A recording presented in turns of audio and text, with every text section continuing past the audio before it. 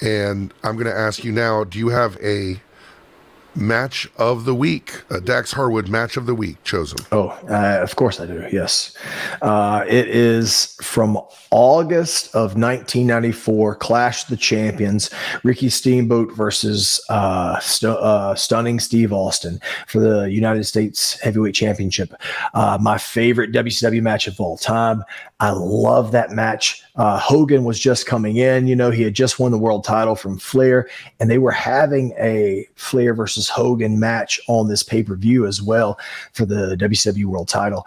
And I feel that Steamboat and Austin were trying to steal the show and show the fans that, hey, we're what wrestling is about. And I love that match, the pacing, the physicality, obviously the storytelling, but how they transition from holds to high spots, from high spots back to bringing the babyface down for a second, to holding him in a hold and then bringing him up and giving him a hope spot that cuts him out of nowhere, because you think that's the comeback, but it's not the comeback, because he's making a small comeback, but then he gets shut down. And then he makes a small comeback and he gets shut down. And a little bit bigger comeback, but he gets shut down again. So you don't know when the real comeback's happening. And then they do this long, intricate spot on the top rope where Austin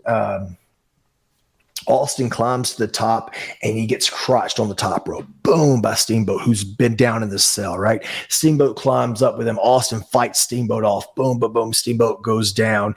And then Austin's sitting there and sweat is dripping off his nose and he's sucking air. And that to me is professional wrestling. That one image where Austin's sitting on the turnbuckle, sweat dripping down his nose, that's professional wrestling to me. And then Steamboat comes back up and he tries to get Austin. Boom, boom, boom, boom. Austin takes him front suplexes him off the top to the floor. Boom.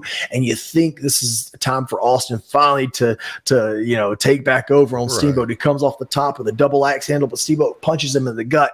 Bam, Austin sells that big, and it's so beautiful, dude. And if I'm not mistaken, they go from that where Austin gets bumped around just a little bit. Steamboat goes for a splash. Austin puts up the knees, boom, and they're back in the cell.